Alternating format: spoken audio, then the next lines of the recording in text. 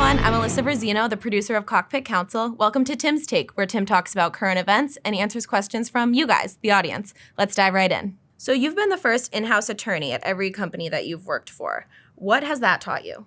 How to be resourceful more than anything else. And I think it actually really helped me have a business first mindset, because the people who were helping me learn how to be effective in the role were business people who were very clear and articulate about how they wanted problems addressed.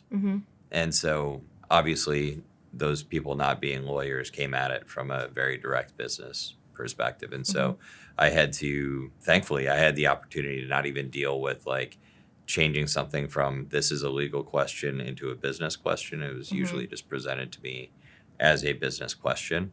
Right. Or it was like a very direct, like, hey, you're a lawyer. You probably know how to read contracts. Will you help so-and-so and just review that contract? I was like, okay. So, but yeah, more than anything, I had to be resourceful and use not only like the business people, but my first job outside of law school, I was working with a company that was being sold, and we had deal counsel, right?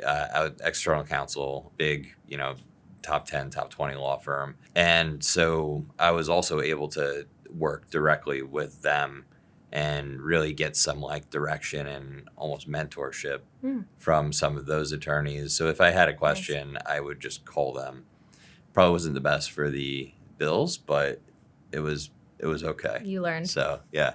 Nice. And what advice do you have for somebody that is a legal team of one? Find out what the most important things are that the business needs from you.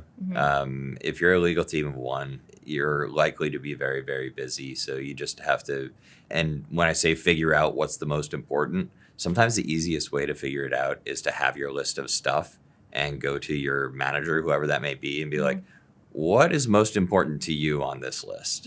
Like, I'm just trying, especially if you're early on in your career, like that's a really good way to figure out, number one, how to communicate with your manager, but really like it gives you that opportunity to get the business mindset, and they'll stack rank things for you, like do this in this order.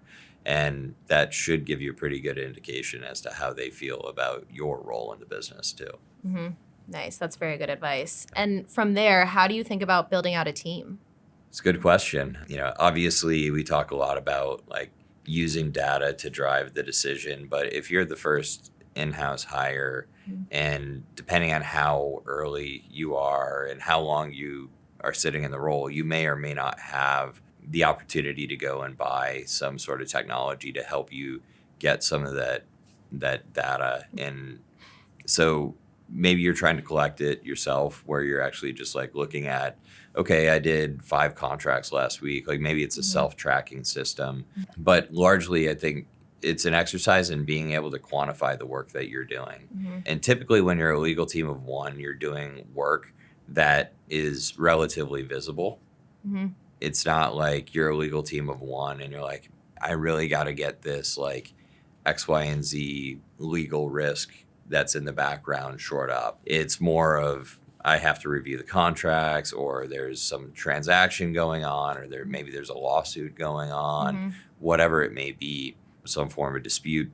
Like what you need to do is relatively obvious. And so just quantifying some of that stuff is really, really the first step, helpful in forming that first step toward making the justification for a new hire.